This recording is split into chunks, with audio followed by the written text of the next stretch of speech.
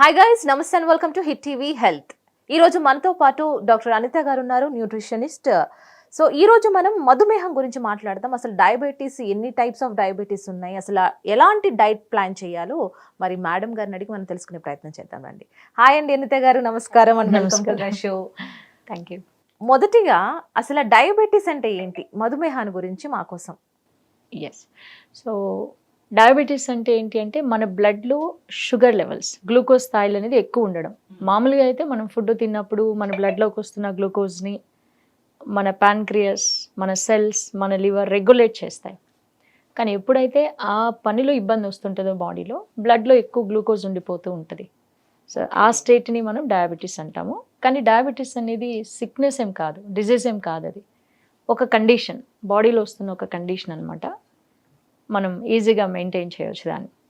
Right Anitha గారు, ఈ డయాబెటీస్లో కూడా టైప్స్ ఉన్నాయంట. సో ఎన్ని టైప్స్ ఆఫ్ డయాబెటీస్ ఉన్నాయండి? సో ఫార్ అయితే 3 టైప్స్ అంటాం. ఒకటి కొంతమందికి ప్రెగ్నెన్సీ టైంలో వస్తుంటుంది, జెస్టేషనల్ డయాబెటీస్ అంటాం. అది షార్ట్ టర్మ్ అనమాట, వస్తుంది, డెలివరీ అయిపోయిన తర్వాత వెళ్ళిపోతుంది.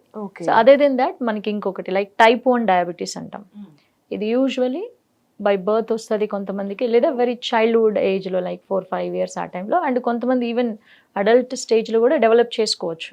ఎప్పుడు అంటే ఏదన్నా బాగా సీరియస్ హెల్త్కి గురయ్యారు, అలాంటప్పుడు లాట్ ఆఫ్ స్టెరాయిడ్స్ ఇట్లాంటివి యూస్ చేశారు. సో అలాంటప్పుడు కూడా ఈవెన్ అడల్ట్ స్టేజ్లో కూడా వస్తుంది టైప్ 1 డయాబెటీస్. కానీ type 1 diabetes there is genetic influence on that. And once it comes, దాన్ని మనం అంటే మనం రివర్స్ చేయలేము దాన్ని. ఎందుకు రివర్స్ చేయలేమంటే మన ఇన్సులిన్ అనేది తయారవ్వాలి. ఈ బ్లడ్లో ఉన్న గ్లూకోజ్ని రెగ్యులేట్ చేయడానికి ఇన్సులిన్ తయారవ్వాలి. సో వాళ్ళ బాడీలో అది తయారవ్వదు. బాడీ తయారు చేసుకున్నప్పుడు మనం బయట నుంచి ప్రొవైడ్ చేయాలి.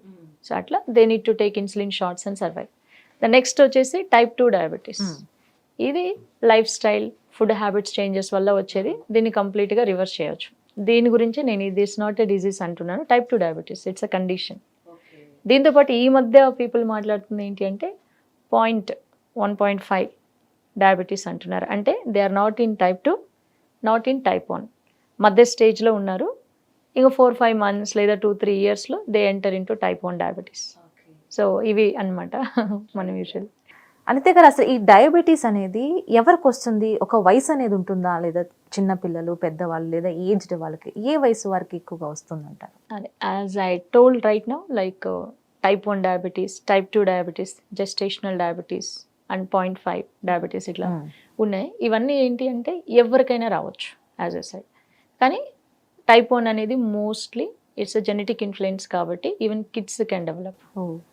సో మనకి టైప్ 2 డయాబెటీస్ కిడ్స్లో ఇంతవరకు అంతగా లేదు, కానీ ఈ మధ్య కాలంలో వస్తుందన్నమాట. ఫస్ట్ కేసు 2 years ఉన్న ఒక కిడ్ టోక్యోలో టైప్ 2 డయాబెటీస్తో సఫర్ అయ్యారు. ఫస్ట్ కేసు ప్రపంచంలోనే, ఫస్ట్ కేసు అది. 2 years type 2 diabetes. Type 1 yes, there are people type 1 వచ్చేవాళ్ళు, చిన్నపిల్లలకు కూడా.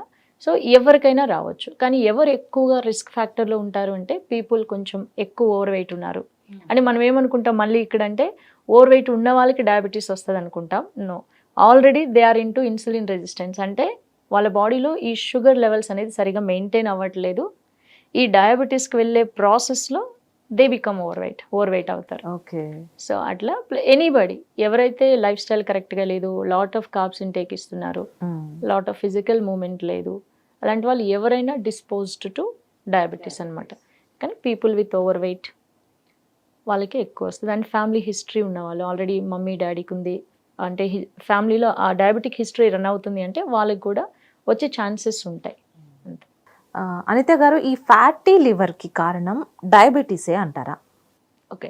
సో ఇక్కడ కూడా చాలామంది అనుకుంటాం అట్లనే, మనకి డయాబెటీస్ వస్తుంది దానివల్ల ఫ్యాటీ లివర్ వస్తుంది. నో, ఫ్యాటీ లివర్ వచ్చిన తర్వాత పీపుల్ డయాబెటీస్లోకి వెళ్తారు. అది ఎలా అంటే లైక్ మనకి ఇప్పుడు first we get in like lots of carbs మనం తింటూ ఉంటాం. సో ఇది ఎలా కన్వర్ట్ అవుతుంది బాడీలో అంటే గ్లూకోజ్గా కన్వర్ట్ అవుతుంది. ఈ గ్లూకోజ్ని రెగ్యులేట్ చేయడానికి మనకి ప్యాన్క్రియాస్ ఉంది. ప్యాన్క్రియాస్ ఇన్సులిన్ అనే హార్మోన్ని తయారు చేస్తుంది. ఈ హార్మోన్ ఏం చేయాలి, బ్లడ్లో ఉన్న గ్లూకోజ్ని మెయింటైన్ చేయాలి. ఐదర్ సెల్స్కి ఇస్తే అది ఎనర్జీగా కన్వర్ట్ అవుతుంది. ఏమన్నా మిగిలిపోయిన ఉంది గ్లూకోజ్, కొన్నిసార్లు మనం ఎక్కువ తింటాం రైట్, సో బాడీకి అవసరం లేనంత గ్లూకోజ్ వస్తూ ఉంటుంది, అలాంటప్పుడు లివర్ హెల్ప్ తీసుకొని దాన్ని ఫ్యాట్గా స్టోర్ చేస్తుంది.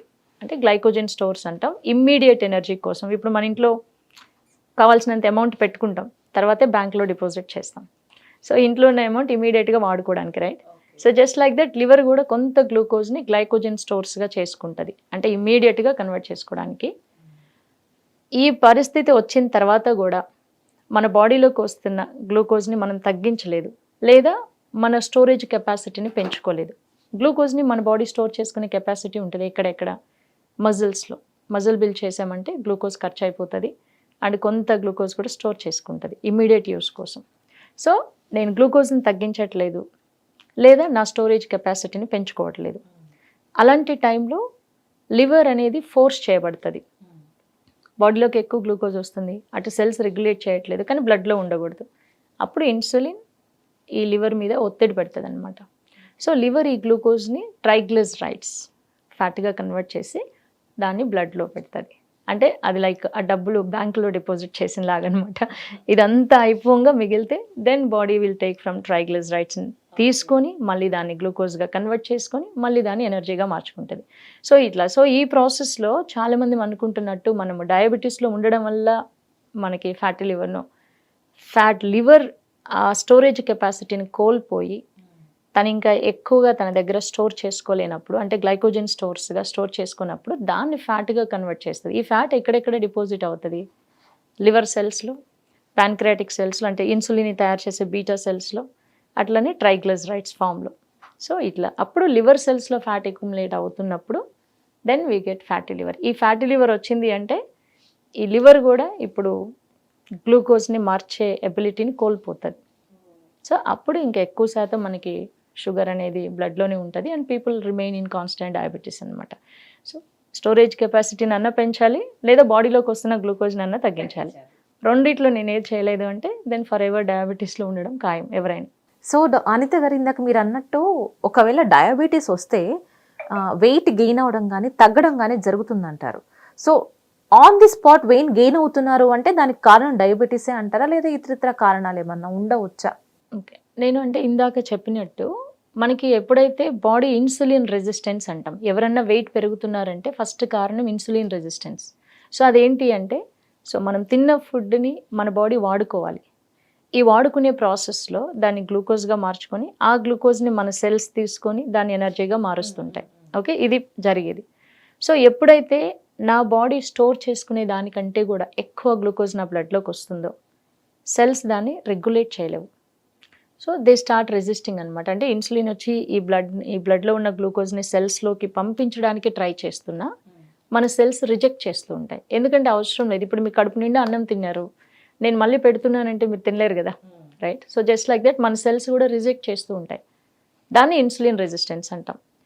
సో ఒకసారి ఎనర్జీగా కన్వర్ట్ చేయాల్సిన పాత్లో కొంత డిస్టర్బెన్స్ వచ్చింది. సో మరి ఇప్పుడు ఎక్కడ పెడుతుంది body గ్లూకోజ్ని?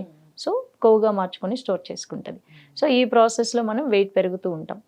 And next process wait తగ్గుతారు అంటే మోస్ట్ ప్రాబ్లీ వెయిట్ తగ్గేది ఎవరంటే టైప్ 1 డయాబెటీస్లో ఉన్నవాళ్ళు. ఓకే, జెనెటిక్గా వచ్చేది టైప్ 1 డయాబెటీస్లో ఉన్నవాళ్ళు. ఎందుకంటే వాళ్ళకి ఒకటి బ్లడ్లో ఉండకూడదు, మెయింటైన్ చేయాలి, కానీ వాళ్ళకి ఇన్సులినే తయారవ్వట్లేదు, అంటే ఆ గ్లూకోజ్ని కన్వర్ట్ చేసే ఇన్సులినే తయారవ్వట్లేదు అనమాట.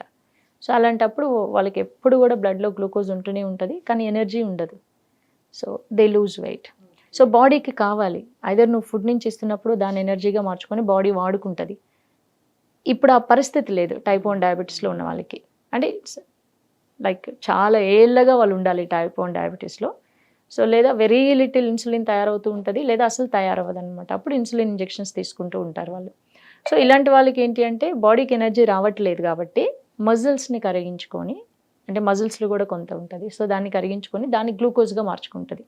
ప్రోటీన్ డిసింటిగ్రేషన్ జరుగుతుంది అనమాట. ఆ టైంలో వీళ్ళు వెయిట్ లాస్ అవుతారు. కానీ ఎక్కువ శాతం టైప్ 1లో ఉన్నవాళ్ళు. టైప్ 2లో ఉన్న వాళ్ళు ఎక్కువ శాతం పెరుగుతారు, కానీ ఇట్స్ అగైన్ 100% కాదు. I had 1 or 2 cases type 2లో ఉన్నారు బట్ స్టిల్ అండర్ వెయిట్ ఉన్నారు అనమాట. అట్లా హిట్ టీవీ యాప్ ని డౌన్లోడ్ చేసుకోండి. ఇందులో short news, live news, entertainment movies అన్ని అవైలబుల్ గా ఉన్నాయి. Please download Hit TV app. Hit TV app. Hit TV యాప్ని ఫ్రీగా డౌన్లోడ్ చేసుకోండి.